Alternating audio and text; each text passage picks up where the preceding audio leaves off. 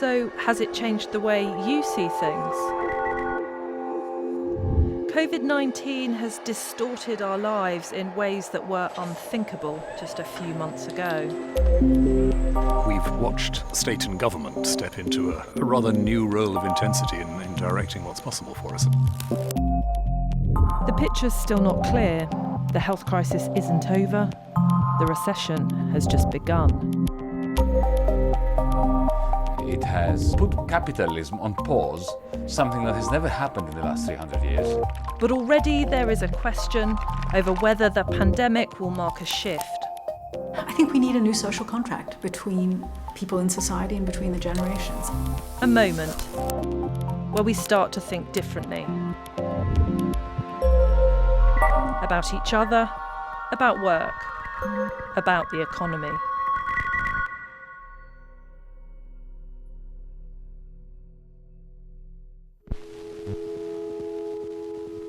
In the years following World War II, the UK saw a change of direction born out of collective suffering.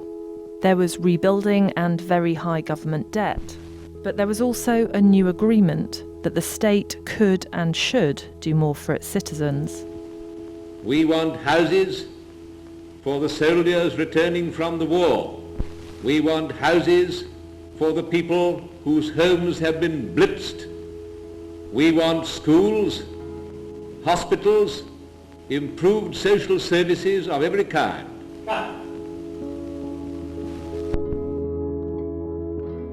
The public sector tends to grow over time, but after crises, periods of dramatic expansion, it rarely shrinks back to its former state. One thing we have, I hope, learned in this period is that this is not just a little blip on the screen. This pandemic has taught us something about the kind of world we're in, and it's a world where the insecurity of a lot of people is not going to get any less. In circumstances where there's been a lot of evidence in recent years of what economists would typically call market failures, here's a chance for our government to think wisely and have a greater involvement in some aspects of our economic future. I've often described it to people in recent weeks as maybe we need to become a bit more Scandinavian.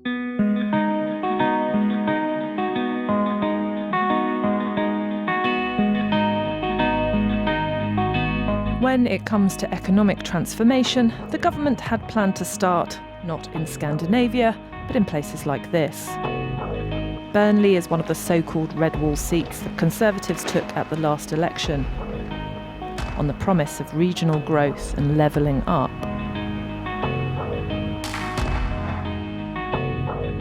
This fabrics company is a faint echo of Burnley's past, when a thriving weaving industry pushed the town's employment to its peak in 1929.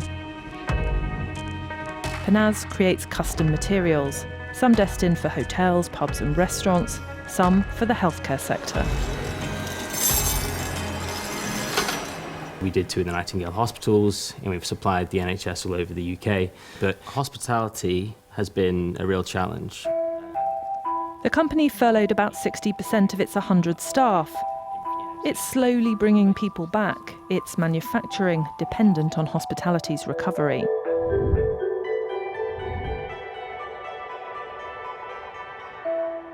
Burnley came into this crisis with higher than average unemployment and measures of deprivation, and COVID has hit the town hard. Nearly a third of workers here were put into the furlough scheme, one of the highest rates in the country. What seems to be reasonably clear is that some of the biggest sufferers of this crisis are those that are typically left behind anyhow. And if the government wants to have anything seriously behind the rhetoric, which partly helped it win the election, they need to treat the levelling up agenda seriously. This is the Weaver's Triangle, and we've seen significant regeneration of this area. I mean, basically, this has been blighted for many years, but we brought it forward working with a range of partners. A local regeneration effort has meant faster jobs growth than neighbouring areas in recent years. But the redundancies have started, especially in suppliers to the aerospace industry. The council hopes that its town centre leisure development might be part of the government's promised building boom.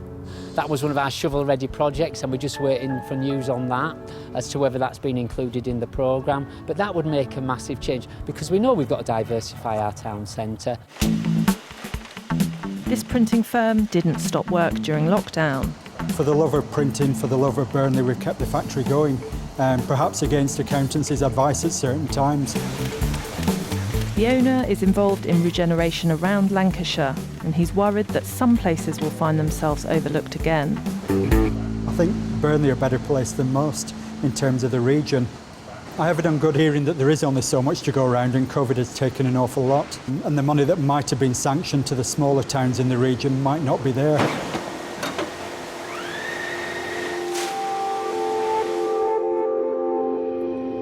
This crisis has already pushed government borrowing to record levels and debt to over 100% of GDP.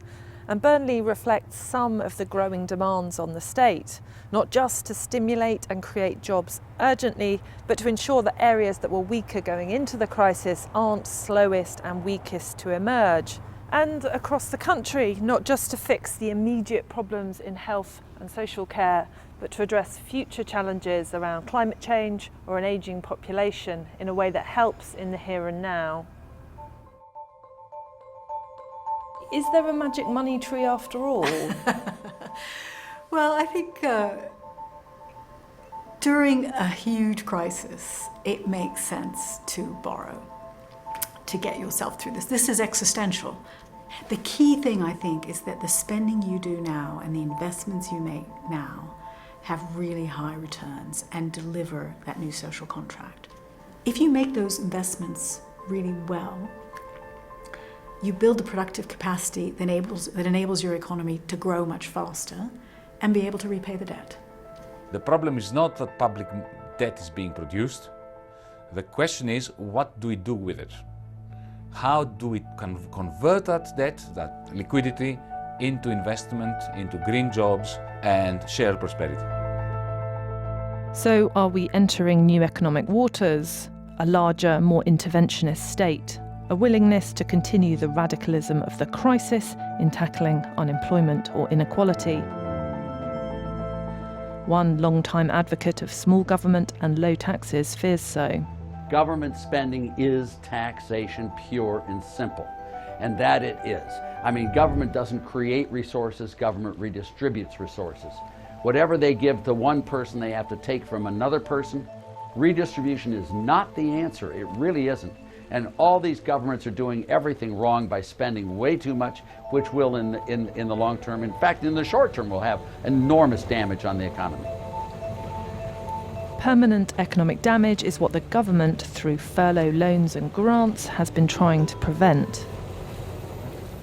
South Lakeland came into this pandemic in a very different position to Burnley. Very low levels of unemployment, low levels of deprivation. But it too has been hit hard by COVID.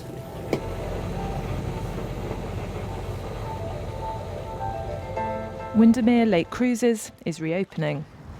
We've had to take seats out of boats, we've had to totally reconfigure the vessels. But the crucial summer season could still be tough. It is a viable option at 50% capacity, but that's if we do fill the vessels at that. We just don't know how consumers are going to behave or how they're going to book. When Foot and Mouth closed this cafe in 2001, the owner switched to making relishes and chutneys. She's adapted again, selling online, but is worried her buyers in hospitality won't have recovered when furlough ends in October.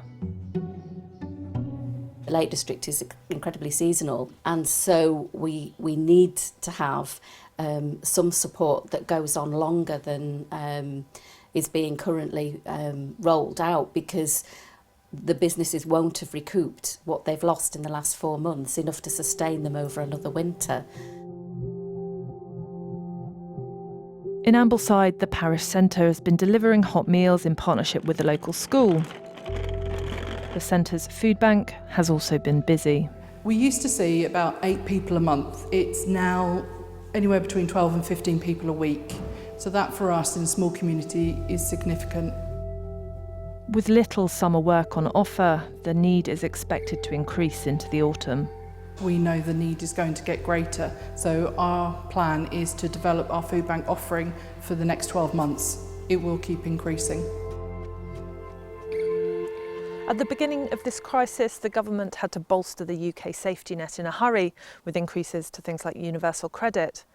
And COVID has exposed our vulnerabilities, both physical and economic, to big, unpredictable shocks.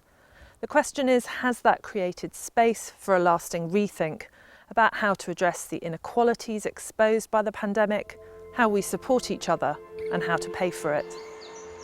It's not going to get any simpler for the people least advantaged and least secure. And that seems to me, prima facie, to be a pretty good case for keeping protections in place and indeed going on asking what are the deeper, longer-term protections that ought to be there. And the universal basic income proposal, which was on the wilder outer reaches of possibility a couple of years ago, is now being discussed much more sympathetically by quite a few unexpected people. This economic battle is heating up on different fronts. Free markets economics will ultimately win, even if they suffer short-term setbacks like right now. Between changed priorities, To rebalance between the young and the old, because the young are the other group that have really suffered during this crisis. and the pre-crisis status quo. Certainly there'll be a lot of enthusiasm to get back to what we still think of as normal. I just suspect that it's going to be harder than people imagine, and also that there's going to be quite a groundswell from people who have discovered that it's possible to think differently in this period. For a government with far more to do than it expected, and far more perhaps expected of it.